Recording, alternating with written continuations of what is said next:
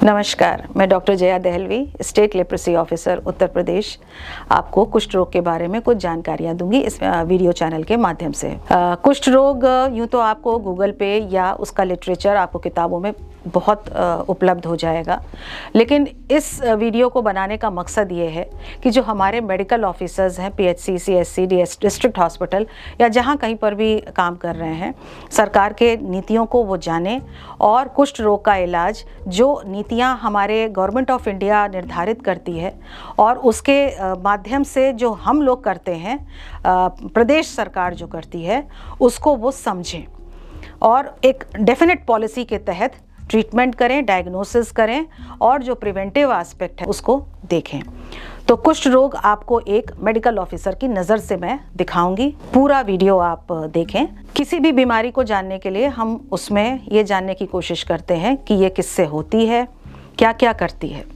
तो कुष्ठ रोग क्या है? It's a chronic least infectious disease of Mankind caused by Mycobacterium leprae. कुष्ठ रोग जो है माइकोबैक्टीरियम लेप्रे के द्वारा होता है और ये लीस्ट इन्फेक्शियस है, मतलब ये इतनी जल्दी नहीं होता। जैसा कि ये भ्रांतियां हैं कि यदि आप कुष्ठ के साथ बैठेंगे, उठेंगे, चाय पिएंगे या उसके साथ में घूमेंगे तो आपको कुष्ठ हो जाएगा। बिल्कुल भी नहीं है ऐसा। ये लीस्ट इन्फेक्शियस बीमारी है और कुष्ठ होने में काफ़ी साल लग जाते हैं। इंक्यूबेशन पीरियड इसका बहुत बड़ा है, इसीलिए इसे क्रॉनिक कहा गया है। इसमें जो खास बातें हैं जो इसे स्पेशल बनाती हैं इस बीमारी को, इसमें नर्व डैमेज होता है और आप जानते हैं कि अगर नर्व डैमेज हो गई तो जाहिर सी बात है लॉस ऑफ सेंसेशन भी होगा और जो विकलांगता भी आएगी। तीसरी चीज़ जो कुष्ठ के साथ जुड़ी हुई है, जो इसको अलग बनाती है बाकी बीमारियों से, वो है इसके साथ जुड़ा हुआ भेदभाव की नीति। सोशल स्टिग्मा इसके साथ बहुत बुरी तरह जुड़ा हुआ है। क्यों? क्योंकि आपने देखा होगा अक्सर किसी भी स्थल से निकलते हुए, मंदिर मस्जिद या कहीं से भी निकलते हुए आपने देखा होगा कि लोगों को कि भीख मांगते हुए या जिनकी उंगलियां टेढ़ी हो चुकी हैं, उंगलियां गल चुकी हैं और अल्सर है, बवाद आ रहा है, तो इस वजह से उनको एक बहुत ही हे दृष्टि से देखा जाता है। ये इसके साथ जो स्टिग्मा है, यदि आप किसी से कह दीजिए कि तुम्हें कुष्ठ हो गया है तो वो तुरंत ही रिटेलिएट करेगा और कोशिश करेगा कि नहीं नहीं, हमें कुष्ठ तो हो ही नहीं सकता, क्योंकि पहला रिएक्शन होगा डिनायल का। तो ये इसलिए इसके बारे में जानना बहुत ज़रूरी है। अब हम जानते हैं कि थोड़ा सा कि इसमें जो कुष्ठ रोगी हैं उसमें भारत कहाँ पे है। तो ये जान के बहुत आश्चर्य होगा आप लोगों को कि पूरे वर्ल्ड में जो कुष्ठ रोगी हैं उनमें 60% भारतीय हैं। तो ये बहुत दुख का विषय है, इसलिए इस बीमारी को इरेडिकेट करना और भी ज़रूरी हो जाता है। बाकी की जगहों में देखा जाए तो 29% है और साउथ ईस्ट एशिया में देखा जाए तो ये फिगर है 12%। अब देखते हैं कि अगर कोई रोग है तो कैसे हो रहा है, क्या कारण है कि किसी खास को होता है और किसी व्यक्ति को नहीं होता है।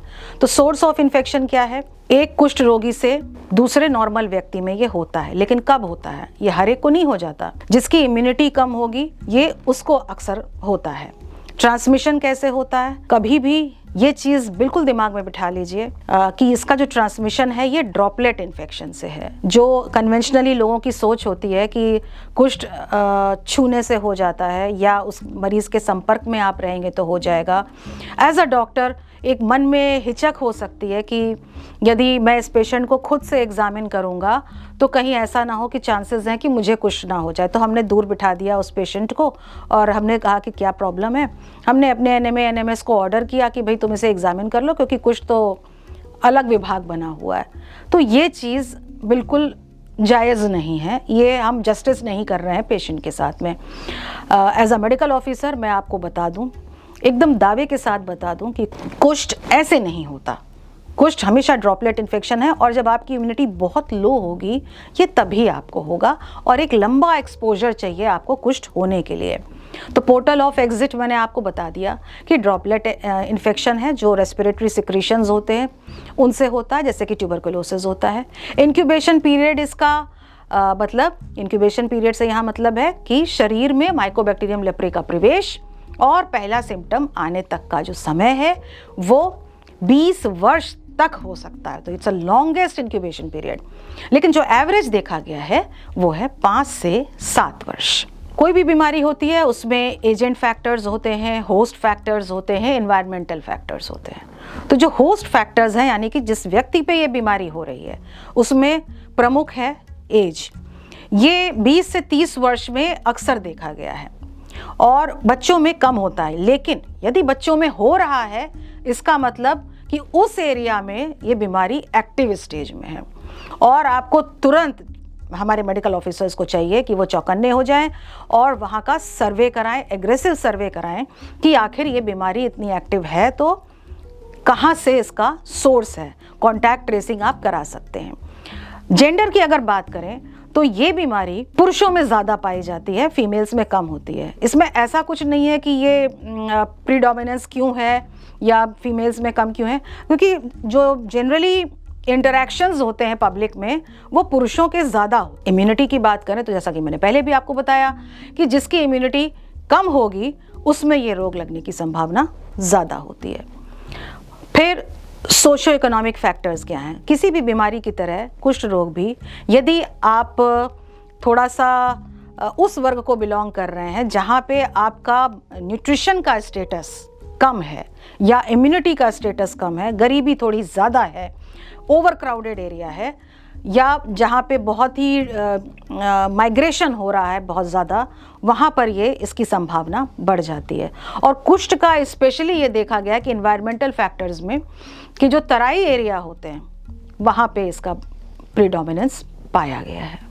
अब कैसे पहचानेंगे कुष्ठ है? कार्डिनल साइंस क्या हैं? 3 कार्डिनल साइंस हैं। कोई भी आपको मिलता है, आपको एक सस्पिशन आ जाना चाहिए, जैसे कि हाइपोपिगमेंटेड पैच जो कि रेडिश भी हो सकता है, और जो टिपिकली डिस्क्राइब्ड है वो है कॉपरिश कलर। कॉपरिश मतलब तांबे का रंग। तांबा आपने सबने देखा होगा, तांबे का लोटा देखा होगा, घरों में होता है।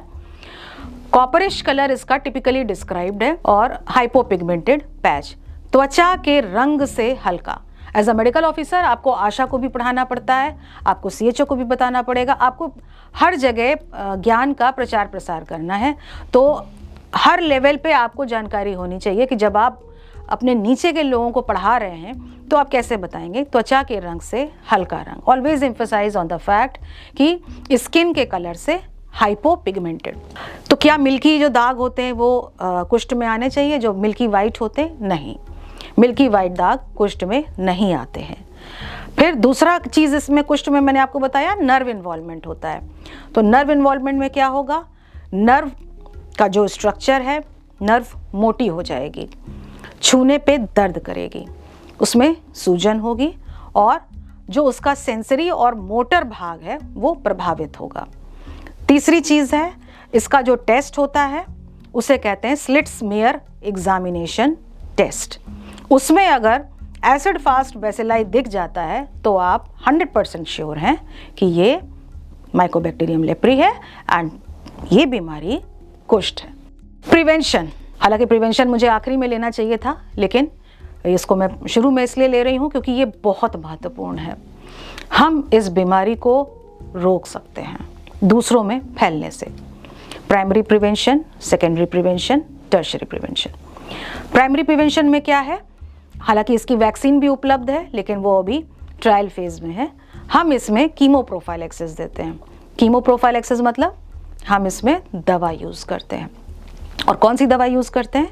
Simple rifampicin. रिफैम्पिसिन एक डोज देने पर 99% बैक्टीरिया उस व्यक्ति में मर जाते हैं रिफैम्पिसिन देने से जिसमें की बीमारी है, और 60% जो कॉन्टैक्ट्स होते हैं उसमें ये ट्रांसमिशन को रोकने में सक्षम है। तो हम लोग कैसे देते हैं? इसके लिए हमारा एक विशेष प्रोग्राम है। उस प्रोग्राम को हम कहते हैं सिंगल डोज रिफैम्पिसिन प्रोग्राम या post exposure prophylaxis programme. Short form हमने उसका दिया हुआ है पेप प्रोग्राम, PEP पेप। इसमें हम जो व्यक्ति जिसको कि ये रोग हुआ है कुष्ठ का, उसके 3 घर दाहिने, 3 घर बाएं, 3 घर सामने और स्वयं उस व्यक्ति का घर, इन सभी को हम रिफैम्पिसिन की एकल खुराक खिला देते हैं। उससे हमारा एक तरीके का एक एपिडेमियोलॉजिकल वॉल बन जाती है और जो संचरण है वो नहीं होने पाता। और हमारा लक्ष्य है सन 2027 तक कुष्ठ के संचरण को रोकना। और ये कैसे होगा? ये आपके योगदान से होगा कि आप इसको सुनिश्चित करिए। यहाँ आपका बहुत महत्वपूर्ण योगदान है। सेकेंडरी प्रिवेंशन कैसे करते हैं? सेकेंडरी प्रिवेंशन के लिए मतलब हम पहले ही पता कर लें कि इस व्यक्ति में कुष्ठ हो रहा है, उसकी अर्ली डायग्नोसिस कर लें और उसको हम ट्रीटमेंट करवा लें। तो कैसे अर्ली डायग्नोसिस करेंगे? इसके लिए सरकार कैंपेन्स चलाती है। उन कैंपेन्स में active case detection and regular surveillance एक कैंपेन है। एक कैंपेन का नाम है लेप्रेसी केस डिटेक्शन कैंपेन, जिसे हम शॉर्ट में LCDC कहते हैं। तीसरी एक कैंपेन है जिसे हम फोकस लेप्रेसी कैंपेन कहते हैं, FLC। ये कैसे किया जाता है? जहाँ भी डिफॉर्मिटी मिलती है उस गांव को, पूरे गांव को हम एक्टिवली सर्वे करते हैं कि कहीं किसी और में तो नहीं है। दूसरी चीज़ ये कि अगर अर्बन एरिया है तो हम 300 घरों का सर्वेलांस करते हैं कि कहाँ से ये रोग फैल रहा है, उसके सोर्स को पकड़ने की कोशिश करते हैं और इसी में हम और भी कुछ रोगियों को डिटेक्ट कर लेते हैं। तो ये तो रहा सेकेंडरी प्रिवेंशन। अब टर्शरी प्रिवेंशन। टर्शरी प्रिवेंशन में हम क्या करेंगे? पेशेंट को कुष्ठ हो चुका है, अब उसको डिफॉर्मिटी अगर हो रही है तो हम पहले तो डिफॉर्मिटी ना होने दें। दूसरी चीज़ ये कि डिफॉर्मिटी हो गई है तो हम उसको प्रॉपरली जहां वो डिफॉर्मिटी करेक्ट हो सकती है उस जगह पर रिफ़र कर दें। ये एक बहुत बड़ा सामाजिक दायित्व है और ये सारे मेडिकल ऑफिसर्स की, सारे व्यक्तियों की एक मॉरल रिस्पॉन्सिबिलिटी है कि वो डिफॉर्मिटी का करेक्शन करवाएं। ये रिकंस्ट्रक्टिव सर्जरी के नाम से होता है कि रिकंस्ट्रक्टिव सर्जरीज के कुछ केंद्र हैं, कुछ मेडिकल कॉलेजेस हैं, वहाँ पर पेशेंट को ज़रूर रेफ़र करें। ये जो आप देख रहे हैं अपने स्क्रीन पर, ये क्लासिफिकेशन ऑफ लेप्रेसी है। लेप्रेसी का क्लासिफिकेशन जो अब तक चला आ रहा था, हम लोग WHO का ही क्लासिफिकेशन मान रहे हैं। आपने पढ़ा होगा जब अपने MBBS के समय में ट्यूबरकुलॉइड, लेप्रोमैटस, बॉर्डरलाइन और तमाम क्लासिफिकेशंस थे। हम WHO का एक 2 बेसिक क्लासिफिकेशन कर रहे हैं। क्यों कर रहे हैं इसको फॉलो? इसलिए कर रहे हैं कि जो डायग्नोसिस है उसमें एक समानता रहे और कोई भी व्यक्ति डायग्नोसिस बना सके। बहुत हाई फाई रखेंगे अगर हम तो हमें मैनेजमेंट करने में दिक्कत आएगी। तो बेसिकली 2 तरीके के हमने कैटेगरी बांटी है, एक पॉसी बैसिलरी और एक मल्टी बैसिलरी। नाम से ही जाहिर है, पॉसी मतलब कम, बैक्टीरियल लोड भी कम है और पैचेस भी अप टू 5 हैं। 1 भी हो सकता है, 4 भी हो सकते हैं, लेकिन अप टू 5 हैं। और मल्टी बैसिलरी मतलब पैचेस ज़्यादा हैं, लोड भी ज़्यादा है, मल्टी से जाहिर हो रहा है, और नर्व इन्वॉल्वमेंट भी हो सकता है। ज़रूरी नहीं है कि होगा, हो भी सकता है। और इसमें क्या परिवर्तन आया है? अगले साल से जो WHO है और जो सेंट्रल लेप्रेसी डिवीजन यानी कि गवर्नमेंट ऑफ इंडिया ने क्लासिफिकेशन चेंज किया है। पहले क्लासिफिकेशन में उन्होंने 1 नर्व इन्वॉल्वमेंट को पॉसी में रखा था। अब 2025 से हमने पॉसी में सिर्फ पैचेस रखे हैं। नर्व इन्वॉल्वमेंट अगर है तो वो ऑटोमेटिकली मल्टी बैसिलरी में चला जाएगा। ये एक परिवर्तन हुआ है, इसको जानना बहुत ज़रूरी है। और दूसरी चीज़ ये कि पॉसी बैसिलरी, मल्टी बैसिलरी में पहले पॉसी के ट्रीटमेंट में हम 2 ड्रग्स देते थे और मल्टी में 3 ड्रग्स देते थे। अब हमने थोड़ा परिवर्तन किया है, अब हम पॉसी में भी 3 ड्रग्स दे रहे हैं और मल्टी में भी 3 ड्रग्स दे रहे हैं। लेकिन ये लागू होने में, ये अगले वर्ष से ये चीज़ लागू हो जाएगी।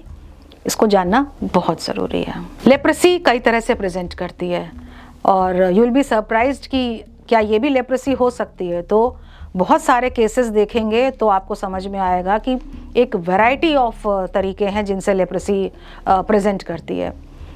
सबसे पहले तो बताया मैंने हाइपोपिगमेंटेड पैच, कॉपरिश लीजन होगा।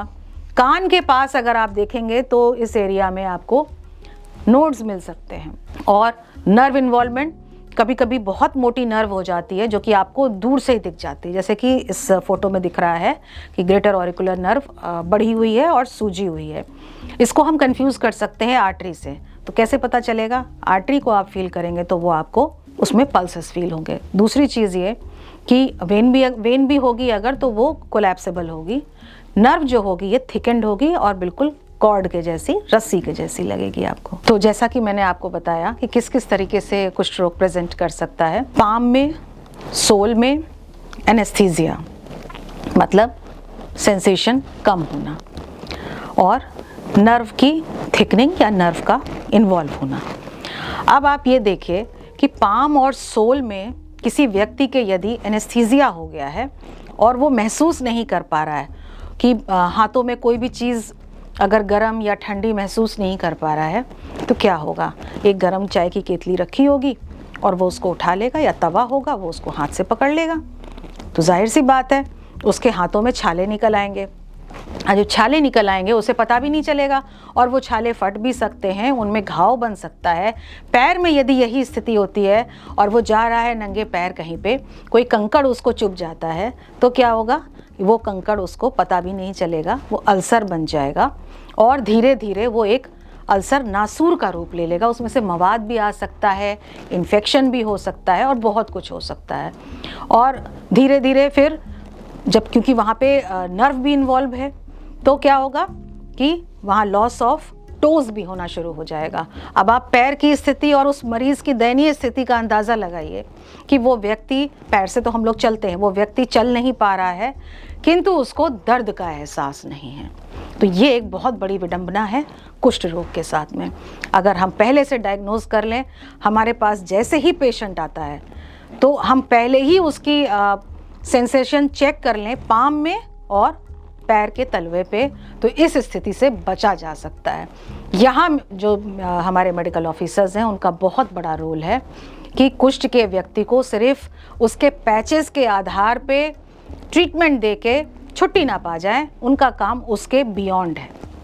और बियॉन्ड क्या है? Sensory testing of palm and sole and examination of nerves is a mandatory thing to prevent grade 2 deformity और सोशल स्टिग्मा से बचाने के लिए। सेंसरी टेस्टिंग कैसे करते हैं? बहुत इजी तरीका है, कोई इसमें इंस्ट्रूमेंट नहीं लगना है।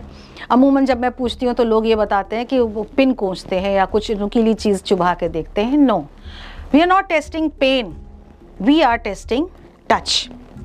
टच के लिए हम क्या यूज़ करते हैं? जो कन्वेंशनली बॉल पॉइंट पेन होते हैं उनका ढक्कन खोल के उस बॉल पॉइंट पेन से हम टच का सेंसेशन टेस्ट करते हैं, और इसके अलावा हम कोई भी चीज़ नहीं करते हैं। सबसे पहले क्या करेंगे, जहाँ पे नॉर्मल स्किन है आप पेशेंट की, उस पे हम उसको 90 डिग्री के एंगल पर पेन को रखेंगे और उसको हम पूछेंगे कि उसको महसूस हो रहा है कि नहीं हो रहा है। आमतौर पे जवाब होगा महसूस हो रहा है। फिर हम उसको बताएंगे कि ऐसे ही ऐसे हम तुम्हें टेस्ट करते जाएंगे जगह जगह पे, और तुम्हें बोलते रहना होगा, या तो तुम 1 2 3 बताओगे, या तुम, अगर वो पढ़ा लिखा पेशेंट नहीं है तो वो बोलेगा हाँ यहाँ पे महसूस हुआ, यहाँ पे महसूस हुआ, इस तरह से बोलेगा। फिर हम पेशेंट से कहेंगे अब आप अपनी आँख बंद कर लीजिए और मुँह को दूसरी तरफ घुमा लीजिए। फिर हम नॉर्मल जगह पे चेक करेंगे, और धीरे धीरे हम जो पैची एरिया है, जहाँ हमें शंका है कि यहाँ इसको लेप्रेसी हो सकती है या ये हाइपोसेंसिटिव एरिया है, तो वहाँ पर हम जाएंगे। तो क्या होगा, जब तक हम नॉर्मल जगह पे टच कर रहे थे तब तक तो पेशेंट हाँ हाँ कहेगा। उसके बाद जब हम उस एरिया में जाएंगे जहाँ सेंसेशन लॉस्ड है, तो वहाँ पर वो बोलना बंद कर देगा। या दूसरा ऑप्शन ये है कि पेशेंट को लगेगा कि कहीं सच में ये हमें कुष्ठ रोगी ना करार दे दें, क्योंकि इतने जागरूक लोग हो चुके हैं कि वो समझते हैं कि जब सेंसेशन लॉस होता है तो कुष्ठ होता है, तो वो डर के मारे 1 2 3 वो ऐसे ही बोलना शुरू कर देते हैं।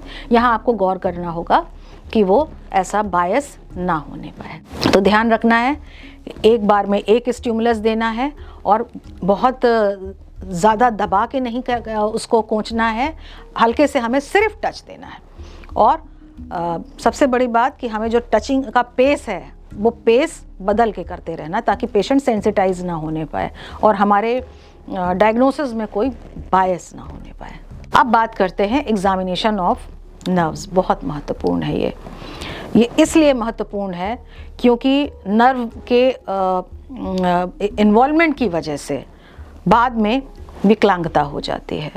तो हम इसमें 2-3 चीज़ें करते हैं। पहले तो नर्व को हम पैल्पेट करके फील करेंगे, फील करेंगे जब, तो उसमें क्या क्या देखेंगे, नर्व की थिकनेस क्या है, कितनी दूरी तक नर्व इन्वॉल्व्ड है, और छूने में कैसी लग रही है, कितनी फर्म है वो। तीसरी चीज़ क्या है कि जो नर्व होती है उसके इन्वॉल्वमेंट में, नर्व का आप जानते हैं कि 3 मुख्य चीज़ें हैं, एक तो ऑटोनॉमिक पार्ट, सेंसरी पार्ट और मोटर फंक्शन। तो ऑटोनॉमिक पार्ट अगर इन्वॉल्व है तो क्या क्या होता है, वहाँ पर स्वेट ग्लैंड्स जो होती हैं वो नहीं होती और पसीना नहीं आता। उस एरिया में जहाँ पे ऑटोनॉमिक नर्वस सिस्टम इन्वॉल्व है वहाँ पे पसीना नहीं आएगा। लॉस ऑफ हेयर्स होगा, उस पैच वाले एरिया में बाल नहीं होंगे जो स्वाभाविक रूप से बाकी की जगहों पे होंगे। तो ये एक डायग्नोसिस में भी आपको मदद करेगा कि अगर आप बहुत कंफ्यूज्ड हैं कि ये पैच किस चीज़ का है, ये कुष्ठ का है या विटिलिगो का है या किसी और चीज़ का है, तो उसकी भी परख इससे हो सकती है कि वहाँ पे पसीना नहीं आएगा उस जगह पे और बाल नहीं होंगे। सेंसरी टेस्टिंग हमने आपको बता ही दिया है। मोटर फंक्शन देखेंगे। Motor function voluntary muscle testing की जाती है कि वो नर्व जो जिस मसल को सप्लाई कर रही है और जो काम कर रही है वो, उस मसल को हम टेस्ट करके देखेंगे कि उसमें ताकत है या नहीं है। नर्व का एग्जामिनेशन का मकसद क्या है, एक तो डायग्नोसिस में कैसे, अभी मैंने आपको पहले बताया, डायग्नोसिस में ऐसे कि अगर नर्व इन्वॉल्वमेंट है तो वो मल्टीबैसिलरी में चला गया। दूसरा वो तो क्लासिफिकेशन भी हो गया। देन रिस्क आपको पता चलता है कि ये व्यक्ति, इसमें नर्व इन्वॉल्वमेंट है तो ये आगे जाके डिसेबिलिटी में बदल सकता है, और हमने पहले अगर नर्व एग्जामिन कर ली तो हमारी जीत हो गई और हमने डिसेबिलिटी को बचा लिया, एंड यही हमारा उद्देश्य है। फिर ग्रेडिंग ऑफ डिसेबिलिटी में ये मदद करता है और बाद में हमारे फॉलोअप में मदद करता है कि जो ट्रीटमेंट हम दे रहे हैं वो वास्तव में असर कर भी रहा है या नहीं कर रहा है, तो ये फॉलोअप में मदद करता है। आखिरी में ये प्रिवेंशन ऑफ डिसेबिलिटी में हमारा एक मुख्य हमारा योगदान है। नर्व्स का एग्जामिनेशन, जैसे मैंने आपको पहले बताया, हम इसकी थिकनिंग देखते हैं, इसमें टेंडरनेस है कि नहीं है। पेन और टेंडरनेस में आप सभी जानते हैं, पेन सिम्टम होता है और टेंडरनेस साइन होता है। पेन पेशेंट कंप्लेन करेगा और टेंडरनेस आप एलिसिट करेंगे। कैसे? जैसे आप नर्व का एग्जामिनेशन कर रहे हैं तो आप नर्व देखिए और पेशेंट का चेहरा देखिए। यदि उसकी नर्व में टेंडरनेस है तो क्या होगा, पेशेंट ऐसे चौंकेगा कि एकदम से उसको दर्द हुआ छूने पे, तो ये टेंडरनेस है, इसका मतलब कि नर्व इन्फ्लेम्ड है। ये एक बहुत बड़ा टेस्ट है। फिर ऑटोनॉमिक फंक्शन मैंने आपको बता ही दिया कि स्किन में स्मूथ और शाइनी हो जाएगी, उसमें पसीना नहीं आएगा और वहाँ के बाल झड़ जाएंगे। सेंसरी डेफिसिट अभी हम लोगों ने कर ही लिया। मोटर फंक्शन कैसे करेंगे, मोटर फंक्शन के लिए भी हम आपको आगे बताएंगे कि वॉलेंटरी मसल टेस्टिंग कैसे की जाती है। नर्व एग्जामिनेशन के लिए या फॉर दैट मैटर किसी भी चीज़ के एग्जामिनेशन के लिए proper positioning of the patient is very important. Patient comfortable position में होना चाहिए और उसको आप सारी प्रक्रिया समझा दीजिए कि हम आपके साथ क्या करने जा रहे हैं और कैसे हम आपको एग्जामिन करेंगे, क्या क्या हम देखेंगे। सारी नर्व्स आपको जो मोटी मोटी अभी मैं बताऊंगी कहाँ कहाँ की इन्वॉल्व हो सकती हैं, उनको आपको देखना है, लोकेट करना है कि ये नर्व कहाँ है। यहाँ आपको एनाटमी का सहारा लेना पड़ेगा। चेहरा देखना है पेशेंट का कि अगर वो एकदम से उचकता है ऐसे तो इसका मतलब वहाँ पे टेंडरनेस है। और पैल्पेट करते समय आपको सॉफ्टली पैल्पेट करना है, पेशेंट को दर्द नहीं देना है और अपने पल्प ऑफ फिंगर से पैल्पेट करना है, टिप से नहीं करना है। ये कॉमनली इन्वॉल्व नर्व्स हैं। आप देख सकते हैं कि फेशियल नर्व और median nerve, radial nerve, ulnar nerve, common peroneal और पोस्टीरियर टिबियल नर्व कैसे कैसे कहाँ कहाँ पाई जाती हैं, और इसके बारे में अभी मैं आपको डिटेल में भी बताऊंगी कि ये वो जगह हैं जहाँ आपको एक बार जब आपके पास पेशेंट आता है इन जगहों पे आपको हाथ ज़रूर फेरना है और एक बार ज़रूर देखना है। और दूसरी बड़ी चीज़ कि दोनों जगह देखना है, दोनों हाथ के, दोनों पैर के, दोनों फेशियल, दोनों जगह देखना है, और तब आप कहेंगे कि हाँ क्लीन चिट देंगे कि नर्व इन्वॉल्व नहीं है। साइट्स ऑफ पैल्पेशन आपको बता दें कि अल्नर नर्व कहाँ फील होती है। अल्नर नर्व जो ऑलिक्रनन प्रोसेस होता है और जो मीडियल एपिकॉन्डाइल होता है, उनके बीच में आपने देखा होगा एक ग्रूव होता है। कभी नोटिस करिए कि जैसे आपकी कोहनी किसी कुर्सी से टकरा जाती है तो एकदम से झंझनाहट होती है, तो ये वही चीज़ है जो स्टिमुलेट हो जाती है। तो ये झन जो होता है, यही नर्व के इन्वॉल्वमेंट का एक तरीके से हम कह सकते हैं मोटा तौर पे कि ये एक संकेत है कि ये नॉर्मली होता है तब जबकि हमारी कोहनी टकराती है, लेकिन ये नॉर्मली वैसे नहीं होता है। कुष्ठ के मरीज़ में ये झंझनाहट होती है, और अगर आप वहाँ पे पैल्पेट करेंगे उस ग्रूव में तो ये आप पाएंगे कि वो एक आपको धागे जैसा या मोटी डोरी जैसा, डिपेंडिंग ऑन कि कितने लेवल का इन्फ्लेमेशन है, आपको फील होगा। लैटरल पोप्लिटियल नर्व घुटने के पीछे आपको फिबुला के नेक के अराउंड मिलेगी। पोस्टीरियर टिबियल नर्व जो मीडियल मैल्यूलस होता है, एंकल आपका मीडियल मैल्यूलस में घूम के आती है, अगर वो इनलार्ज्ड है तो आपको साफ तौर पे फील हो जाएगी। यहाँ ये ध्यान देने की बात है कि हम वो नर्व्स हमें बहुत आसानी से फील हो जाती हैं जो बोन के हार्डनेस जो होती है उसके अगेंस्ट हम अगर उसको फील करेंगे तो वो आराम से फील हो जाती है। जो अंदर के कंपार्टमेंट में होती हैं वो मुश्किल से फील होती हैं, तो आपकी पोस्टीरियर टिबियल बहुत आराम से फील हो जाएगी। मीडियन नर्व रिस्ट में जो कलाई है आपकी, यहाँ पे फील होगी। पामेरिस लॉन्गस जो टेंडन होता है उसके मीडियल में। फिर रेडियल नर्व कहाँ होगी? रेडियल नर्व फील होती है रेडियल, जो एक स्पाइरल ग्रूव होता है एल्बो के जस्ट इधर पीछे की तरफ, जहाँ डेल्टॉइड मसल और ट्राइसेप्स का इंसर्शन होता है। तो डेल्टॉइड देख लीजिए कि कहाँ पे इंसर्शन हो रहा है, उसके चारों तरफ उसके स्पाइरली आप देखेंगे तो यदि रेडियल नर्व इन्वॉल्व है तो वो आपको आराम से फील हो जाएगी। क्यूटेनियस नर्व्स भी इन्वॉल्व होती हैं, लेकिन जब वो बहुत इन्फ्लेम्ड होती हैं तभी फील होती हैं आपको। अदरवाइज ये जो मैंने आपको पहले नर्व्स बताई हैं वो बहुत आसानी से फील हो जाती हैं यदि इन्वॉल्व है तो। सेंसरी टेस्टिंग हमने आपको बताया कैसे आप फील करेंगे पाम और सोल्स को, बहुत ज़रूरी है, कभी नहीं मिस करिएगा। आपको डिफॉर्मिटी बचानी है तो ये एक चीज़ आपको ज़रूर करनी है। इस डायग्राम से ये प्रदर्शित किया गया है कि सेंसरी सप्लाई जो कॉमनली अफेक्टेड नर्व्स हैं वो कहाँ कहाँ पे आपको इफेक्ट करती हैं प्रोड्यूस। तो ये एक सिंपल सा डायग्राम है जो कि बता रहा है कैसे आप अंदाज़ा लगा सकते हैं कि कौन सी नर्व इफेक्टेड होगी। बात करते हैं वॉलेंटरी मसल टेस्टिंग की।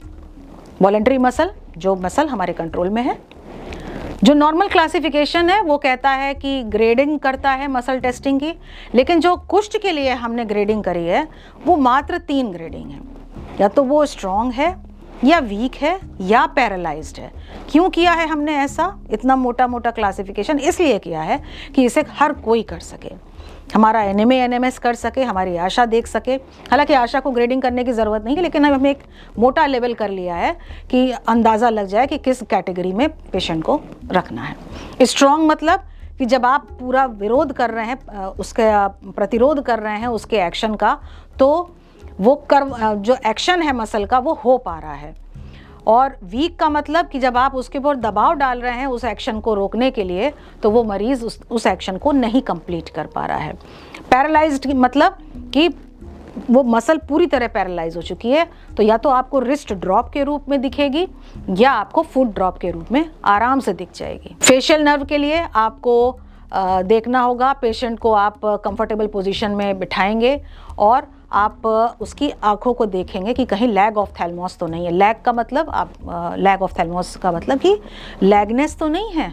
आप नॉर्मली जब आंख बंद करते हैं या सोते हैं तो आप देखिए दोनों आपकी पलकें बंद हो जाती हैं, लेकिन लैग ऑफ थैलमोस में क्या होता है कि आपकी पलकें पूरी तरह बंद नहीं होती हैं, एक गैप रहता है। तो ये जो गैप है, यदि ये गैप 1 मिलीमीटर से ज़्यादा का है तो वो लैग ऑफ थैलमोस है, यानी कि आपकी मसल वीक हो गई है। अब ये मसल वीक हो गई है तो इससे क्या क्या दुष्परिणाम हो सकते हैं? व्यक्ति सोएगा, उसकी आंख बंद नहीं होगी। व्यक्ति कहीं जा रहा है, कोई कीड़ा या कोई कंकड़ या कोई महीन पार्टिकल पड़ गया आंख में, उसको पता भी नहीं चलेगा क्योंकि कंजंक्टिवा भी उसका इन्वॉल्व है। अब उसके अंदर कोई घाव हो सकता है और आंख चूँकि सूखी हुई है, उसमें टीयर्स भी नहीं है, तो क्या होगा? वो घाव बढ़ता जाएगा। अल्टीमेटली कंजंक्टिवा भी इन्वॉल्व हो जाएगा, कॉर्निया भी इन्वॉल्व हो जाएगा और ब्लाइंडनेस तक हो सकती है। तो ब्लाइंडनेस कैसे देखेंगे आप? 6 मीटर की दूरी पे उसको अपनी उंगली दिखाएंगे। अगर वो पेशेंट देख पा रहा है तो इसका मतलब कि अभी आँख में रोशनी है।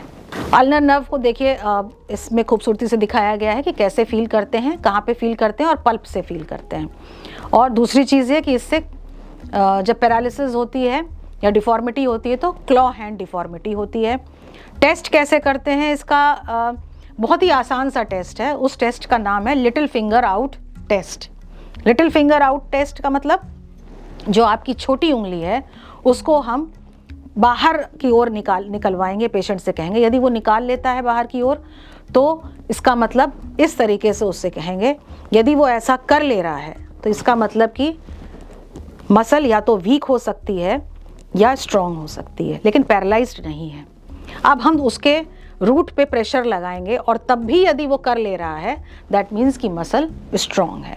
तो इस तरीके से हम आसानी से इसको पता कर सकते हैं। मीडियन नर्व के लिए हम लोग करते हैं, आपने देख रहे होंगे कि इसमें आपको वेस्टिंग दिखाई दे रही है।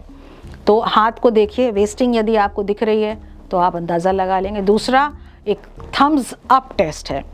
इसमें क्या करते हैं, जो अंगूठा है पेशेंट को हाथ रखने को ऐसे बोलते हैं और जो अंगूठा है उसको वो अपने ऊंचाई ऊपर की ओर पॉइंट करेगा।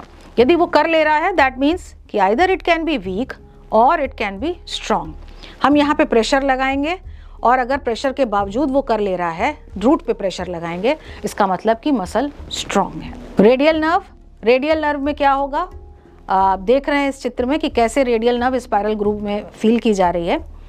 दूसरी चीज़, यदि रेडियल नर्व इन्वॉल्व है तो रिस्ट ड्रॉप हो जाएगा, वो आप इसमें देख सकते हैं। कैसे चेक करेंगे? पेशेंट को हम, अगर रिस्ट ड्रॉप है तो हाथ ऐसे होगा, इसका मतलब पैरालाइज्ड है। लेकिन अगर पेशेंट ऐसे कर ले रहा है तो दो चीज़ें हो सकती हैं, या तो वीक हो सकता है या फिर वो स्ट्रॉन्ग। हम उसको बोलेंगे कि तुम अपना हाथ ऊपर की ओर ले जाओ, तो पेशेंट अपना हाथ ऊपर की ओर ले जाएगा और हम उस पर दबाव डालेंगे। यदि वो ऊपर की ओर ले जा पा रहा है तो दैट मीन्स हमारी मसल स्ट्रॉन्ग है। Lateral popliteal nerve, lateral popliteal nerve को करने के लिए, देखने के लिए हम क्या करेंगे? हमने आपको बताया कि देखिए किस तरह से आप उसको कहाँ पे फील करेंगे। अगर ये इन्वॉल्व्ड है तो क्या होगा? फूट ड्रॉप हो जाएगा। आप जिन लोगों ने पोलियो के पेशेंट्स देखे हैं किस तरह से वो लोग पैरालाइज्ड फूट हो जाता है उनका और वो लोग कैसे चलते हैं। आप इसको टेस्ट कैसे कर सकते हैं? पेशेंट को बिठा दीजिए आराम से, जो उसकी घुटने हैं 90 डिग्री पे हों और उसके जो दोनों पैर हैं वो ग्राउंड को टच करें। उसके बाद हम पेशेंट से कहेंगे कि आप अपना पंजा ऊपर करिए। अगर वो ऊपर कर लेने में सक्षम है तो फिर वही चीज़ है, या तो वीक होगा या फिर वो स्ट्रॉन्ग होगा। यदि वो नहीं कर पा रहा है इसका मतलब कि पैरालाइज्ड है। अब हम उसके ऊपर प्रेशर लगाएंगे। यदि वो पेशेंट प्रेशर के बावजूद पैर को उठा ले रहा है, अपने पंजे उठा ले रहा है, इसका मतलब कि मसल स्ट्रॉन्ग है। पोस्टीरियर टिबियल नर्व अगर इन्वॉल्व्ड है तो क्लॉ हो जाएगा। क्लॉ, जो पैर के पंजे हैं उनमें क्लॉ डिफॉर्मिटी हो जाएगी, क्लॉ फुट हो जाएगा। यदि नर्व इन्वॉल्वमेंट है, मैंने आपको पहले भी बताया कि ऑटोनॉमिक, सेंसरी और मोटर फंक्शंस आपको देखने होंगे। अगर क्विक मसल टेस्ट करना है तो एक टेस्ट है, अगर कोई एक टेस्ट करना है आपको हाथ की मसल के लिए तो वो है बीक टेस्ट। चोंच जैसे चिड़िया बनाती है इस तरीके से, चिड़िया की चोंच की तरह से, अगर ये है तो इसका मतलब आपका अल्नर, मीडियन और रेडियल तीनों इंटैक्ट हैं, क्योंकि इसमें सभी का काम हो रहा है। तो ये एक क्विक टेस्ट है। एक और क्विक टेस्ट है पैर के लिए, स्टैंडिंग ऑन टोज, पंजे के बल पे खड़े हो, और दूसरा हील के बल पे, यानी कि जो आपके और हील्स के बल पे आप चल के दिखाओ। तो एक ये टेस्ट होता है। दूसरा, अपने सारे पैर के पंजों को आप फैला के दिखाइए। यदि आपकी मसल वीक है तो आप उन पंजों को इस तरीके से फैला नहीं पाएंगे। जो मैंने अभी आपको बताया ये उसी का है कि आई क्लोजर देखेंगे, मरीज़ आंख पलक झपका पा रहा है कि नहीं झपका पा रहा है, फिर वो कितना तेज़ी से आंख बंद कर ले रहा है। वो आंख बंद करेगा और हम उसके आंख को खोलने की कोशिश करेंगे। अगर उसकी मसल स्ट्रांग है तो हम नहीं खोल पाएंगे, लेकिन अगर वो आंख बंद ही नहीं कर पा रहा है तो इसका मतलब कि वो, उसकी जो आइज़ हैं वो आई की मसल पैरालाइज्ड है। Little finger out, thumb up, wrist up, foot up, ये मैंने आपको अभी बता दिया है। ये एक कार्ड होता है जो लेप्रेसी में इस कार्ड को भरा जाता है और इसमें सारी फाइंडिंग्स दर्ज की जाती हैं। तो ये आपका स्टाफ करेगा और आप उसको आप सुपरविजन में आपके करेगा, या इसको आप भी भर सकते हैं, ऐसा कुछ नहीं है। पेशेंट आपने देखा है, आप उसको आराम से भरिए। और इसको हम फॉलो अप के लिए यूज़ करते हैं कि पहले क्या स्थिति थी, आपने अपना इंटरवेंशन किया, अब क्या स्थिति हो गई। इसी तरीके से दोनों हाथ में और दोनों पैर के तलवे में, सोल में सेंसेशन कैसे हैं। फिर यदि कुष्ठ का मरीज़ है और उसके हाथ के सेंसेशन नहीं है, तो मैंने आपको पहले भी बताया था कि हाथ में छाले पड़ सकते हैं और वो छाले अल्सर में बदल सकते हैं, पैर में छाले पड़ सकते हैं और वो अल्सर में बदल सकते हैं। तो ये आपको ध्यान रखना होगा कि ऐसी स्थिति ना आने पाए। फिर एक EHF स्कोर होता है, EIH हैंड्स और F फीट। तो ये EHF स्कोर किया जाता है ये देखने के लिए कि ग्रेड 2 डिसेबिलिटी है कि नहीं है। ग्रेड 1 डिफॉर्मिटी और ग्रेड 2 डिफॉर्मिटी ये आपने बहुत सुना होगा। तो ग्रेड 1 वो डिफॉर्मिटी है जो कि हमें दिखती नहीं है, जैसे कि लॉस ऑफ सेंसेशन, एनेस्थीसिया हाथ में या पंजे में जो कि हमें दिख नहीं रहा है, हम एलिसिट कर रहे हैं, डिफॉर्मिटी नहीं हुई है। लेकिन ग्रेड 2 में क्या होता है, कोई भी वो डिफॉर्मिटी जो हमें आँख से दूर से ही दिख जाती है। जैसे यदि मरीज़ को लैग ऑफ थैलमस है, उसकी आंख बंद नहीं होती, आपको दूर से दिख जाएगा, पेशेंट आपकी ओपीडी में आएगा, आपको दिख जाएगा, तो ये ग्रेड 2 डिफॉर्मिटी है।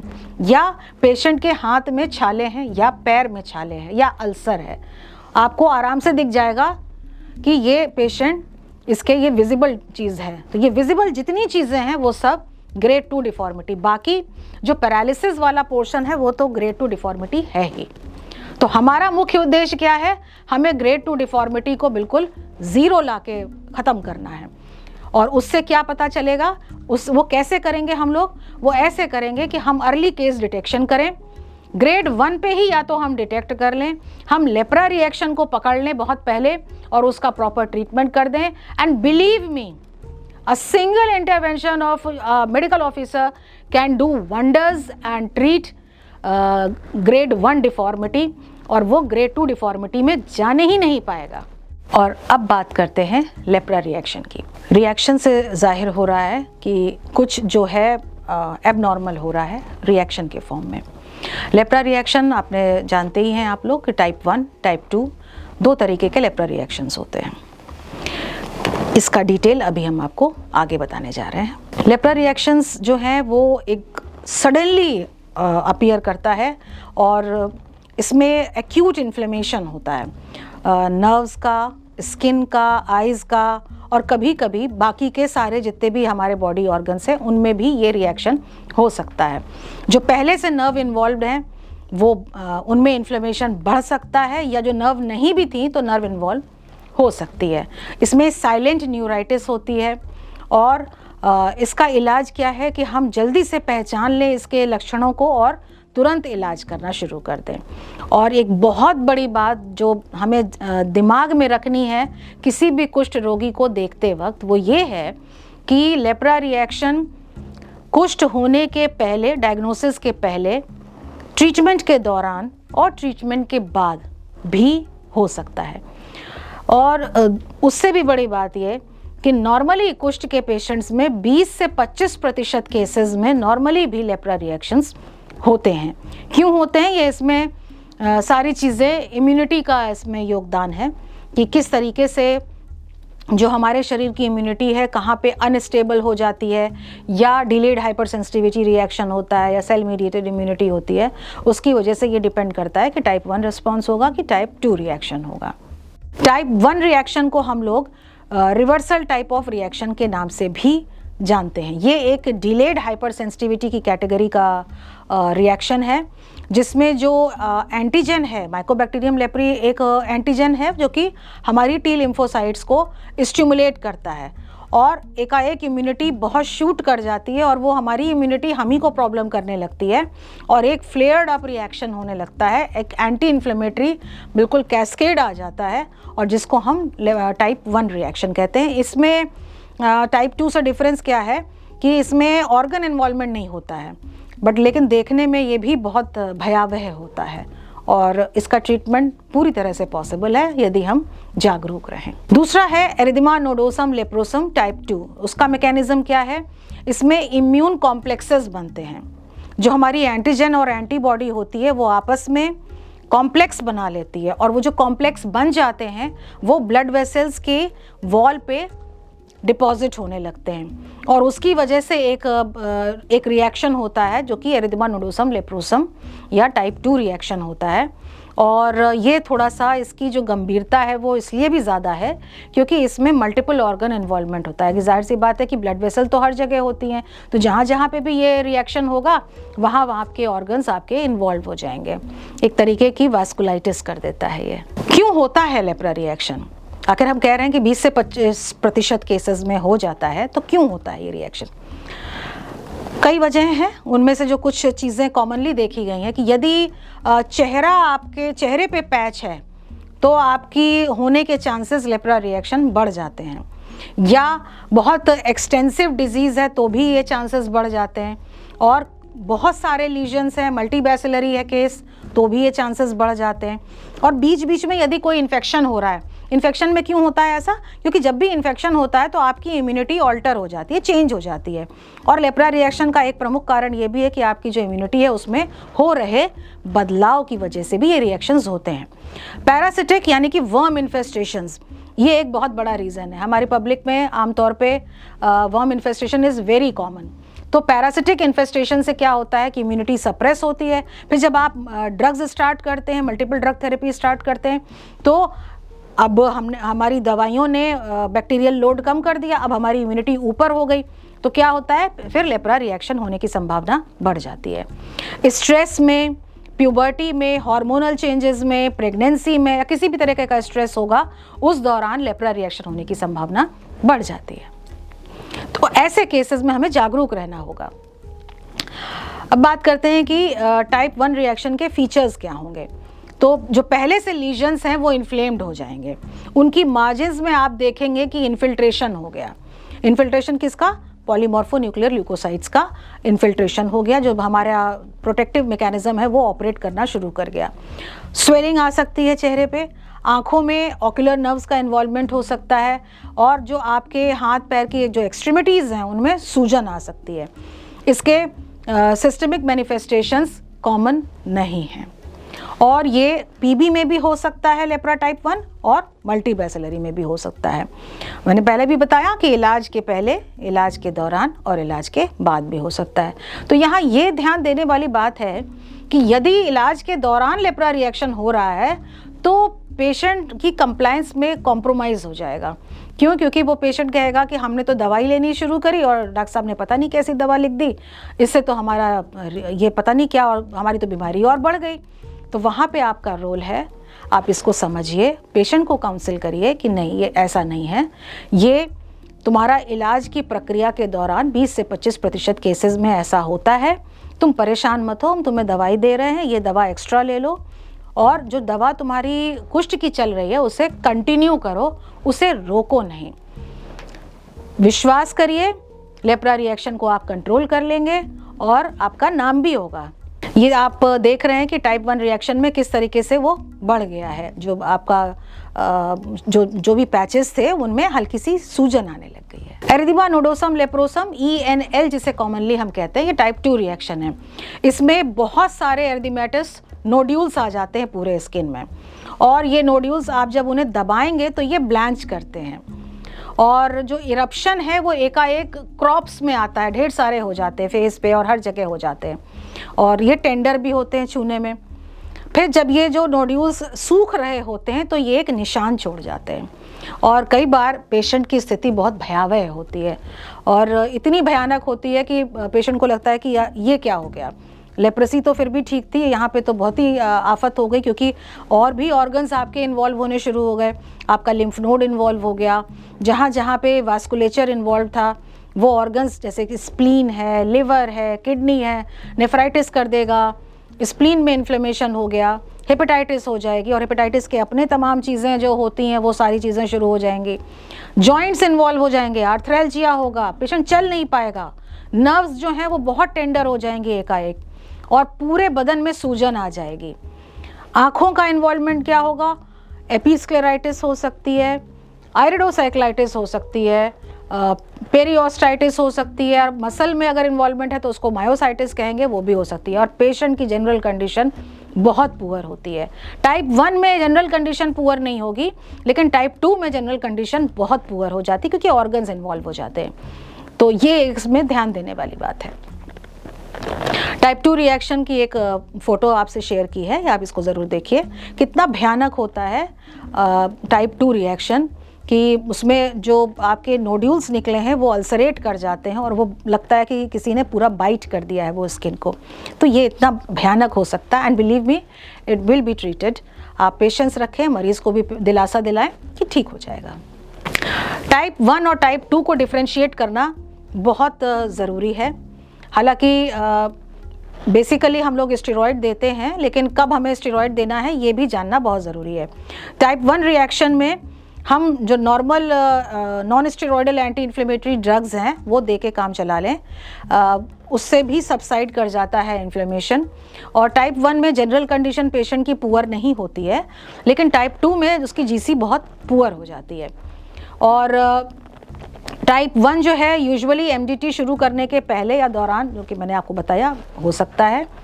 और टाइप 2 रिएक्शन जो है ये एमडीटी शुरू होने के बाद होता है अक्सर।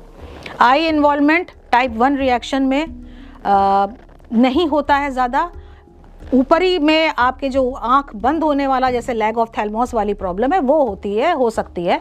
पर टाइप 2 रिएक्शन में आपको इंटरनल आई की प्रॉब्लम, जैसे आइरिडोसाइक्लाइटिस और कॉर्निया में इन्फ्लेमेशन, ये सारी चीज़ें देखने को मिलती हैं। कॉम्प्लिकेशंस जानना बहुत ज़रूरी है। आर्थराइटिस हो सकती है, राइनाइटिस हो सकती है, you name a itis and it is there. Laryngitis, iridocyclitis, glaucoma, peripheral neuropathy जो है वो बढ़ सकती है, लिम्फेडिनोपैथी, मायोपैथी, जो मायोसाइटिस आपको बोला, और एक बहुत बड़ा कॉम्प्लिकेशन है ऑर्काइटिस, यानी कि इन्फ्लेमेशन ऑफ द टेस्टिस।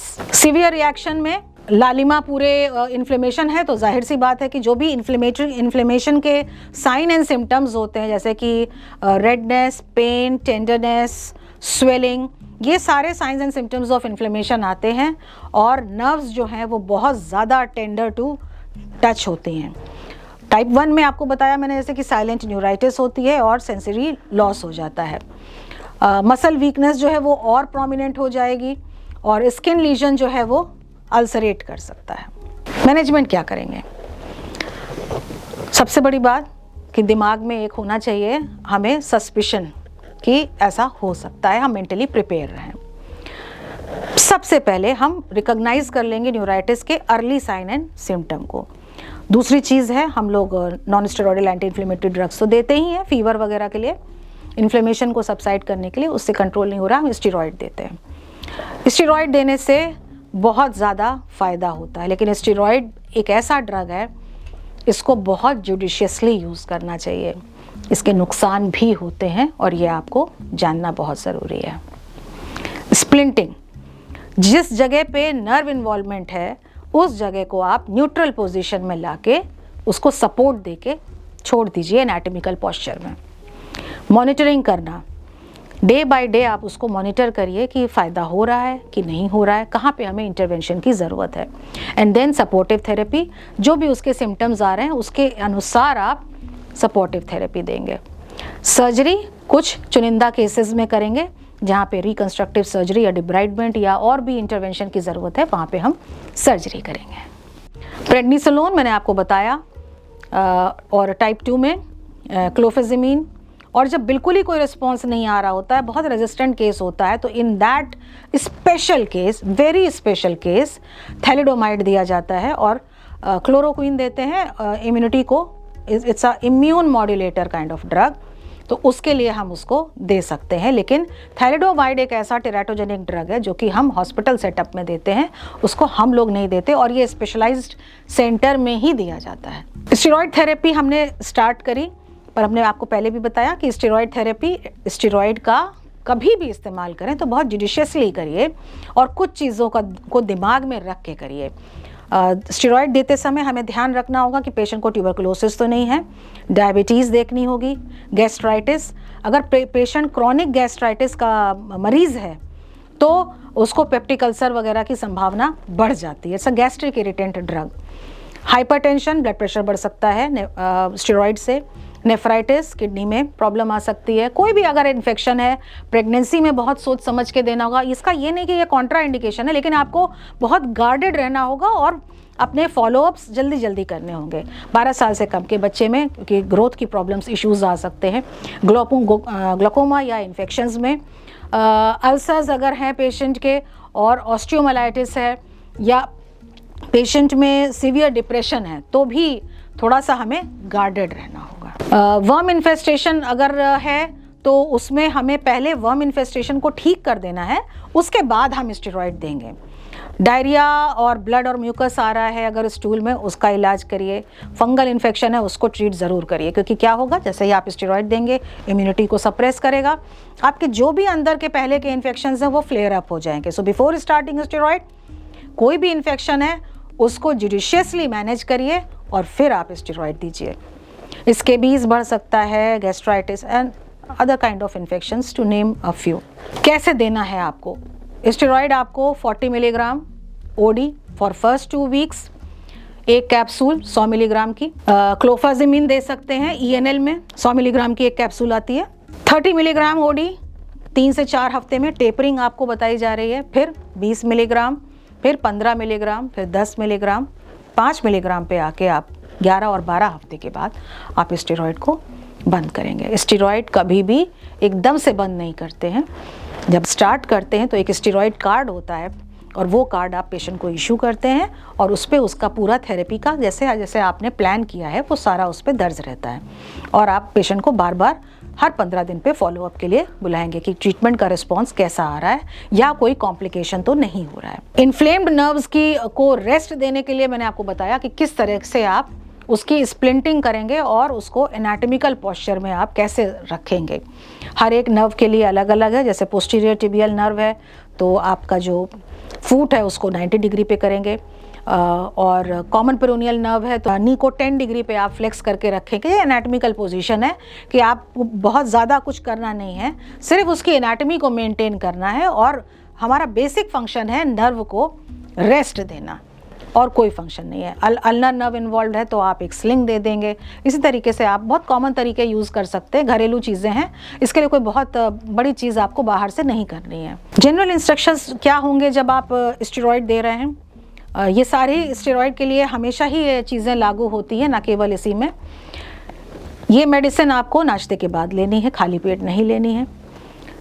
नमक कम खाएंगे, और कंप्लायंस हो रही है कि नहीं ये आपको इंश्योर करना पड़ेगा कि पेशेंट स्टेरॉइड ले रहा है कि नहीं। अब बीच बीच में रुक रुक के तो नहीं ले रहा है, जिस तरीके से आपने बताया है उसी तरीके से ले रहा है कि नहीं ले रहा है।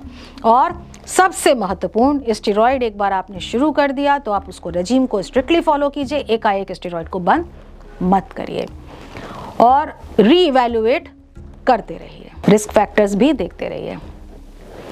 काउंसलिंग मैंने आपको पहले भी बताया कि किस तरीके से हम पेशेंट को काउंसल करेंगे। हम उसे बताएंगे कि हमने आपका ये ड्रग क्यों शुरू किया है और आपको क्या प्रॉब्लम है। ये नेचुरल प्रोसेस है, डिजीज़ प्रोसेस का हिस्सा है, इसमें कुछ भी एबनॉर्मल नहीं है। और आप उसे ये बताइए कि आप उसे ठीक कर ले जाएंगे, आप उसके ट्रस्ट को अर्जित करिए। ये आपकी बहुत बड़ी रिस्पॉन्सिबिलिटी है। हाई डोज ऑफ क्लोफाजिमिन देते हैं हम ENL में, जैसा कि अभी आपको बताया कि 300 मिलीग्राम, जो कि रिएक्शन को कंट्रोल कर लेता है।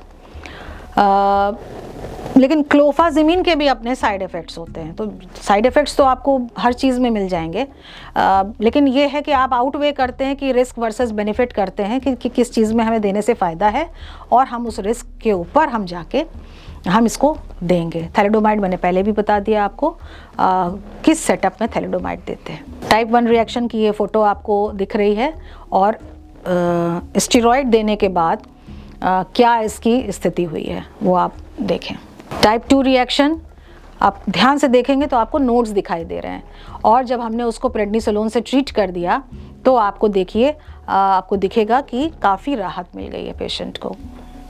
So it's a success story, and ऐसे ही होता है। आप धैर्य रखें, पेशेंट को भी धैर्य रखवाएं, ठीक हो जाएगा। तो अब बात करते हैं हम लोग ट्रीटमेंट की। हमने डायग्नोसिस कर ली, हमने लेप्रेसी के बारे में समझ लिया, लेप्रा रिएक्शन समझ लिया। अब हम बात करेंगे कि हम इसे ट्रीट कैसे करते हैं। सभी जानते हैं, फिर भी एक बार दोहरा देती हूँ कि मल्टी ड्रग थेरेपी आती है, जैसे कि ट्यूबरकुलोसिस में है ऐसे ही लेप्रेसी की भी हमारी मल्टी ड्रग थेरेपी है। और इसमें हम लोग यूज़ करते हैं रिफैम्पिसिन, क्लोफिजिमीन और डैप्सोन। पॉलीबैसिलरी और मल्टीबैसिलरी के लिए अलग अलग किट्स हैं। अब यहाँ पर एक चीज़ मैं आपको बताना चाहूँगी कि इस साल के अंत से अगले साल से हम लोग पॉलीबैसिलरी और मल्टीबैसिलरी का ट्रीटमेंट जो होगा वो उसमें दोनों में 3 ड्रग्स चलेंगे। पहले हम लोग पीबी में 2 लेते थे और एमबी में 3 लेते थे, अब दोनों में 3 ड्रग्स चलेंगे। डिफरेंस क्या होगा? पॉलीबैसिलरी को हम 6 माह तक के लिए देंगे दवा और मल्टीबैसिलरी को हम लोग 12 माह की दवा देंगे। तो जो पीबी जो चाइल्ड केस है वो अलग है और एडल्ट केस की जो एमडीटी है वो अलग है, जैसा कि आपको दिखाई दे रहा है, रिफैम्पिसिन और डैप्सोन और क्लोफिजिमीन। जैसा कि आपको दिख रहा है कि हम लोग क्या देते हैं एमबी में, रिफैम्पिसिन, डैप्सोन, क्लोफिजिमीन, और पीबी में रिफैम्पिसिन एंड डैप्सोन अभी तक देते आ रहे हैं। मैंने आपको बताया कि हम लोग चेंज कर रहे हैं इसको, और ये WHO चेंज कर रहा है, गवर्नमेंट ऑफ इंडिया के ऑर्डर्स आ गए हैं, लेकिन इसको क्रियान्वित करने में समय लगेगा। कुछ फॉर्मेलिटीज़ होती हैं वो पूरी होंगी, उसके बाद इसको यूज़ में लाया जाएगा। 10 साल से कम के बच्चे को हम रिफैम्पिसिन 10 मिलीग्राम पर केजी पर मंथ के हिसाब से जो डोज देते हैं वो देंगे। और मैंने पहले भी बताया आपको कि रिफैम्पिसिन की सिंगल खुराक से 99% बैक्टीरिया मर जाते हैं। ठीक है, तो हमारा मल्टी ड्रग देने का मतलब क्या है कि कुछ ड्रग्स हमारे बैक्टीरिसिडल होते हैं और कुछ ड्रग्स हमारे बैक्टीरियोस्टैटिक होते हैं, और दोनों का कॉम्बिनेशन हमें देना पड़ता है। क्लोफाजिमीन हम देते हैं 6 मिलीग्राम पर केजी से, डैप्सोन देते हैं 2 मिलीग्राम पर केजी से। अब दवाइयाँ हैं तो दवाइयों के साइड इफ़ेक्ट्स भी होंगे। कुछ साइड इफ़ेक्ट्स ऐसे हैं जो कि हम इग्नोर कर सकते हैं और उनका हम ट्रीटमेंट करते रहेंगे, साथ साथ चलता रहेगा, लेकिन कुछ साइड इफ़ेक्ट्स होते हैं जिनमें दवाइयाँ रोकनी पड़ सकती है। तो डैप्सोन के साइड इफ़ेक्ट से हम शुरू करते हैं। इसमें एनीमिया हो सकता है, और यदि हीमोग्लोबिन 8 ग्राम % से बहुत ज़्यादा नीचे जा रहा है तो हमको ये दवा रोकनी पड़ सकती है। और वैसे हमें अगर एनीमिया है तो जो नॉर्मली कन्वेंशनली एनीमिया का ट्रीटमेंट होता है वही करेंगे, आयरन फोलिक एसिड देंगे और अच्छा खान पान रखेंगे, सपोर्टिव ट्रीटमेंट देंगे, वर्म इन्फेस्टेशन होगा उसको दूर कर देंगे, तो एनीमिया हम we will take care of. Severe skin rash हो सकते हैं, एक्सफोलिएटिव डर्मेटाइटिस हो सकती है। अब यहाँ पर हमें ये चीज़ डिफ्रेंशिएट करना पड़ेगा कि कहीं ये लेप्रा रिएक्शन तो नहीं है, तो स्किन की और भी चीज़ें हो सकती हैं। एक्सफोलिएशन मतलब कि स्किन की पपड़ियाँ निकल सकती हैं, तो अगर एक्सटेंसिव स्केलिंग हो रही है तो इचिंग हो सकती है, आपके बॉडी में जगह जगह पे अल्सर्स बन सकते हैं, और कई बार क्या होता है यूरिन आउटपुट कम हो जाता है, तो ये एक चीज़ हो सकती है। तो ये हमें पता होना चाहिए कि ये भी एक साइड इफ़ेक्ट हो सकता है। यदि बहुत ज़्यादा हो रहा है तो आप डैप्सोन बंद कर दीजिए, और इसका मतलब उसको व्यक्ति को सल्फर ड्रग एलर्जी है, तो आप ये चीज़ नोटिफाई कर दीजिए ताकि कभी भी उसको भविष्य में डैप्सोन स्टार्ट ना हो। हेपेटाइटिस हो सकती है, नेफ्राइटिस हो सकती है। तो हेपेटाइटिस में जो आप करते हैं आप उसी को देखिए। पता कैसे चलेगा? पेशेंट की जो भूख है वो कम हो जाएगी, पेशेंट को वॉमिटिंग होगी, आपको डैप्सोन रोकना पड़ सकता है और पेशेंट को रिफ़र करना पड़ सकता है। नेफ्राइटिस हो जाएगी तो चेहरे पे सूजन आ सकती है, और जो भी नेफ्राइटिस के फीचर्स होते हैं, डिक्रीज्ड यूरिन आउटपुट, वो सारी चीज़ें आपको मिलेंगी, ब्लोटेड चेहरा मिल जाएगा। तब भी अगर ये तो किडनी की वाइटल ऑर्गन अगर इन्वॉल्व है तो आपको डैप्सोन रोकनी पड़ सकती है, और आप उसको रेफ़र करिए हायर सेंटर में ताकि कुछ एडवांस उसका treatment second line of drugs start की जा सके। देन रिफैम्पिसिन, आप सभी जानते हैं रिफैम्पिसिन में जो सबसे कॉमन साइड इफ़ेक्ट है, एक फीचर बन गया है बल्कि, कि ऐसी दवा जिससे कि सारी बॉडी के फ्लूइड्स पीले रंग के होते हैं या ऑरेंज कलर के होते हैं, आँखों का रंग पीलापन ऑरेंजिश हो जाता है, यूरिन आपका, पसीना, यहाँ तक कि आपका जो है वो कलरफुल हो जाता है, सलाइवा आपका येलोविश हो जाता है, but there is nothing wrong with that. हाँ, हेपेटाइटिस अगर हो रही है और ज़्यादा हो रही है तो ये थोड़ा सा आपको अलार्मिंग है, वो देखना पड़ेगा। फिर अगर एलर्जी हो गई, रिफैम्पिसिन से एलर्जिक हैं आप, तो आपको बहुत ज़्यादा इचिंग होगी, स्किन रैशेज़ आएंगे। यदि आप किसी दवा से एलर्जिक हैं तो आपको वक्ती तौर पे रिफैम्पिसिन रोकनी पड़ सकती है।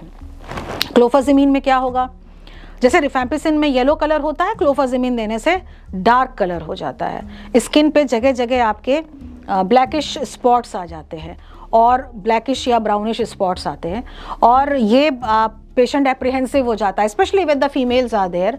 लड़कियों को लगता है कि हम तो दवा ले रहे थे और ये क्या हो गया, पूरे शरीर पे काले काले चकत्ते पड़ गए। आपको सांत्वना देनी है कि ये चकत्ते टेम्परेरी हैं, ये ठीक हो जाएंगे। आँखों में क्या होगा, कंजंक्टाइवल इन्वॉल्वमेंट हो सकता है, कंजंक्टाइवा की ड्राइनेस हो सकती है, सूखापन आ सकता है, और इन जनरल जो है पूरी बॉडी भी जो स्किन है, कोई भी म्यूकोजा है, उसमें ड्राइनेस आ जाती है। फिर एब्डोमिनल सिम्टम्स में क्या होगा, पेट में दर्द पेशेंट कंप्लेन कर सकता है, नोजिया हो सकता है। अब बात करते हैं हम लोग डिसेबिलिटीज़ को कैसे प्रिवेंट करेंगे। डिसेबिलिटीज़ मैंने आपको बताया कि it is because of neurological involvement, nerve का इन्वॉल्वमेंट है। तो नर्व का इन्वॉल्वमेंट है तो कैसे ठीक करेंगे, स्टेरॉइड दे के ठीक करेंगे। सबसे पहले हम अर्ली डायग्नोसिस करेंगे अगर नर्व इन्वॉल्वमेंट हो रहा है। उसके लिए हमने आपको बताया कि आप प्रत्येक मरीज़ में ये एक नियम बना लीजिए कि आपको नर्व एग्जामिनेशन इर्रेस्पेक्टिव कि वो पेशेंट को कंप्लेंट है कि नहीं है, ये काम आपको करना ही है। ये नियम बना लीजिए कि जो जो मेन नर्व्स हैं वो आपको देखनी ही है, चाहे पेशेंट कंप्लेंट करे या ना करे। So early detection is the key to success of each and every programme. कोई भी चीज़ हो, कोई भी बीमारी हो, आपने अगर पहले पकड़ लिया तो उसका इलाज बहुत आसानी से संभव है। और इसमें हमें करना क्या है, हम स्टेरॉइड स्टार्ट करेंगे। स्टेरॉइड हम फर्स्ट और सेकेंड वीक में 40 मिलीग्राम देंगे, और फिर उसके बाद 30 मिलीग्राम, फिर 20 मिलीग्राम, 15 मिलीग्राम, 10 मिलीग्राम और 5 मिलीग्राम पे आके हम उसको बंद कर देंगे। तो ये इस तरीके से हम धीरे धीरे करके टेपर करेंगे और एकदम से टेपर नहीं करेंगे। स्टेरॉइड देने का तरीका मैंने आपको बता दिया कि किन चीज़ों का विशेष ध्यान रखना। It is a wonder drug and at the same time it can cause great havoc, so be cautious when using steroids. Complications क्या हो कि आप उसको रेफ़र कर देंगे, ऐसा क्या है कि जो आप डील नहीं कर पा रहे। लेप्रा रिएक्शन आप ट्रीट कर रहे हैं लेकिन आपका ठीक नहीं हो रहा है, एमडीडी के साइड इफ़ेक्ट्स बहुत ज़्यादा आ रहे हैं, या रिलैप्स हो गया है, आपने ठीक कर लिया पूरा लेकिन उसके बाद फिर वो पेशेंट आ गया आपके पास, रिलैप्स दोबारा से उसको हो गया, तो इसका मतलब कि कहीं ना कहीं कोई एंटी माइक्रोबियल रेजिस्टेंस का एलिमेंट भी है, तो वो आप उसको हायर सेंटर में भेज सकते हैं। आँखों के कॉम्प्लिकेशन, आँख बहुत इम्पॉर्टेंट चीज़ है। अगर आँखों में कॉम्प्लिकेशन हो रहे हैं तो आप उसको प्रॉपर जगह रेफ़र करिए, ताकि वो सबसे पहले आपको डील करना है। किसी आई हॉस्पिटल में या हायर सेंटर में आप उसको ज़रूर भेजिए। अगर आपके इंटरनल ऑर्गन्स इन्वॉल्व हो रहे हैं because of the type 2 reaction, जैसे कि किडनी इन्वॉल्व हो रही है, लिवर इन्वॉल्व हो रहा है, तो आप रोकिए नहीं, इंतज़ार मत करिए, रेफ़र कर दीजिए पेशेंट को और उसका फॉलो अप ज़रूर लीजिए। क्रॉनिक अल्सर्स हैं पैर में अगर, तो ऐसे में उसको हो सकता है सर्जिकल इंटरवेंशन की भी ज़रूरत हो या उसको रेगुलर ड्रेसिंग की ज़रूरत हो। आप पेशेंट को रेफ़र कर सकते हैं। अगर आपसे मैनेज हो रहा है तो मैनेज करिए, नहीं तो उसको आप रेफ़र कर सकते हैं। और आखिरी में go for reconstructive surgery.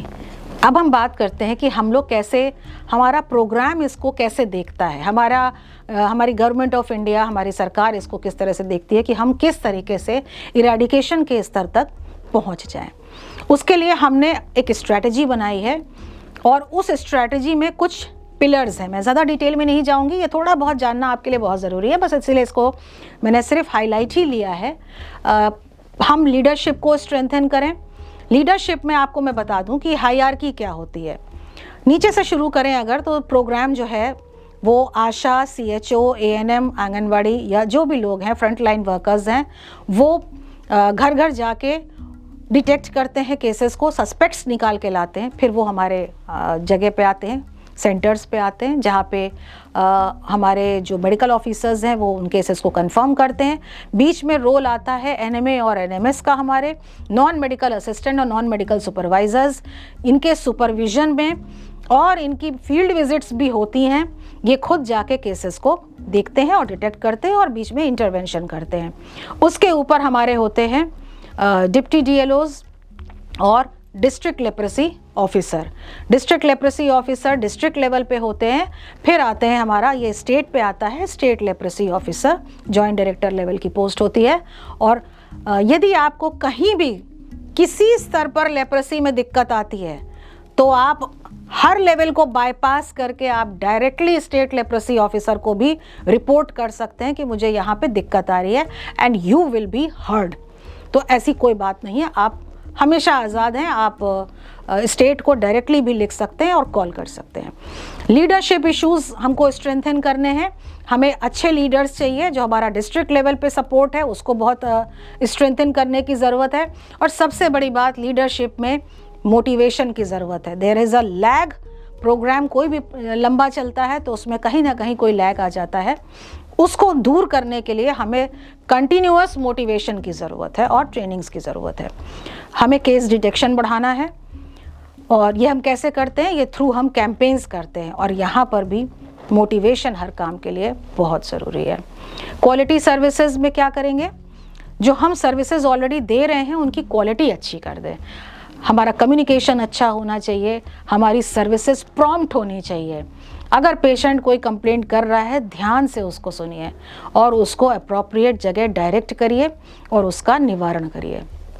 Prevention of disease कैसे करेंगे, मैंने आपको बताया था शुरुआत में ही कि कीमोप्रोफाइलैक्सिस देते हैं, पेप एक्टिविटी होती है जिसमें हम रिफैम्पिसिन की एकल खुराक देते हैं। फिर डिजिटलाइजेशन, यदि हम अपने सारा जो कुछ कर रहे हैं उस डेटा को हम पढ़ें नहीं, एनालाइज ना करें, तो हम प्रोग्रेस नहीं कर सकते। उसको करने के लिए हमारे पास कुष्ठ में एक निकुष्ठ पोर्टल है जहाँ पर हम सारा डेटा को इकट्ठा करते हैं और उसे प्रोसेस करते हैं, एनालाइज करते हैं।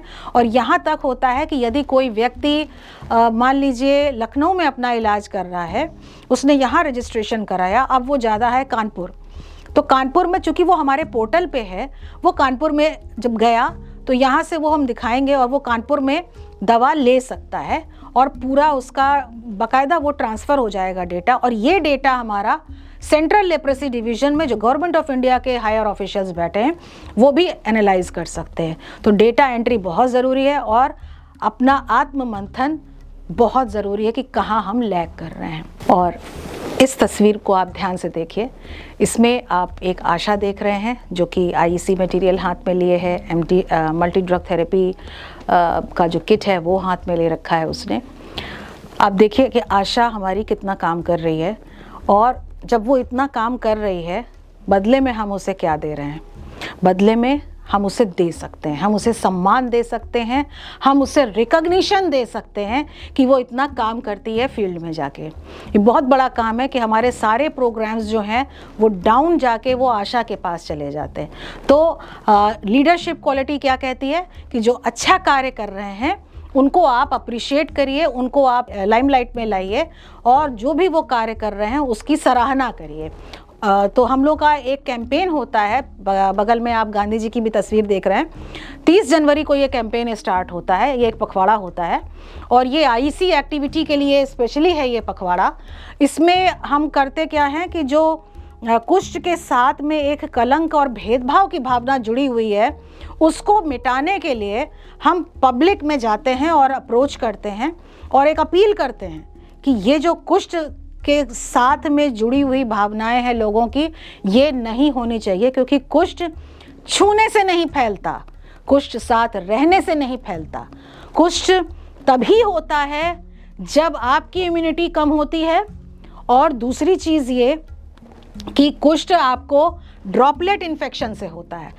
जो आपकी सोच चली आ रही है उस सोच को बदलना है, एक मानसिकता में बदलाव लाना है, और ये हम करते हैं अपने उस कैंपेन के माध्यम से, जिसमें हम पंचायती राज को भी इन्वॉल्व करते हैं, जिसमें हम वहाँ के डीएम साहब को भी इन्वॉल्व करते हैं, हायर लोगों को इन्वॉल्व करते हैं और नीचे के लोगों को भी इन्वॉल्व करते हैं, आशा को भी हम इन्वॉल्व करते हैं, कुष्ठ रोगियों का हम सम्मान करते हैं। और उनमें से अब हमने कोशिश करनी शुरू की है कि हम लेप्रेसी के चैम्पियंस बनाएं। वो लोग उन लोगों को चिन्हित करें जिनको कि लेप्रेसी हुई है, उनका इलाज हुआ है, सफल इलाज हुआ है या रिकंस्ट्रक्टिव सर्जरी हुई है, और वो अपने अनुभव शेयर करें, साझा करें, लोगों में बताएं और जागरूकता फैलाएं कि देखो कुष्ठ ठीक हो जाता है। एक जो पेशेंट क्योर हो गया या जो कस्टमर, जो सेटिस्फाइड कस्टमर होता है, वो आपका सबसे अच्छा प्रचारक होता है। इस चीज़ को हमेशा ध्यान में रखिएगा। जहाँ तक बात आती है लीडरशिप स्किल्स की, तो आप देखिए गांधी जी से या किसी भी बड़े नेता से आप सीख लीजिए, लोग उन पर विश्वास करते थे। किसी भी परिवेश में आप किसी भी लीडर को ले लीजिए, आप पॉलिटिकल ही मत जाइए, आप वैसे भी किसी लीडर को ले लीजिए, लोग उन पर विश्वास करते हैं, उनके फॉलोअर्स बनते हैं। तो लीडरशिप में आपको अपने अनुयायी भी बनाने हैं। वो कैसे आप कर सकते हैं कि आपके अंदर एक मोटिवेशनल स्किल हो, आप एक मेडिकल ऑफिसर हैं, आप पेशेंट को ट्रीट करें और उसके विश्वास को अर्जित करें। एक सफल मेडिकल ऑफिसर बनने के लिए या सफल कोई भी व्यक्ति बनने के लिए ये बहुत ज़रूरी है कि आप अपने ही कार्य को पूरी ईमानदारी से, सुरुचिपूर्ण तरीके से उसका निर्वहन करें। और जब हम और आप मिल जाएंगे तो कुष्ठ हार जाएगा, और हम और आप साथ में इस बात को सच साबित करेंगे। उत्तर प्रदेश से हम कुष्ठ का नाम मिटा देंगे। इस वीडियो को पूरा देखने के लिए आप सभी का आभार। वीडियो के माध्यम से राष्ट्रीय कार्यक्रम को सुदूर प्रत्येक मेडिकल ऑफिसर तक पहुंचाने का विजन हमारे डीए, प्रमुख सचिव एवं सरकार की उत्तम नीतियों का परिचायक है। मैं हृदय से सभी को धन्यवाद ज्ञापित करती हूँ।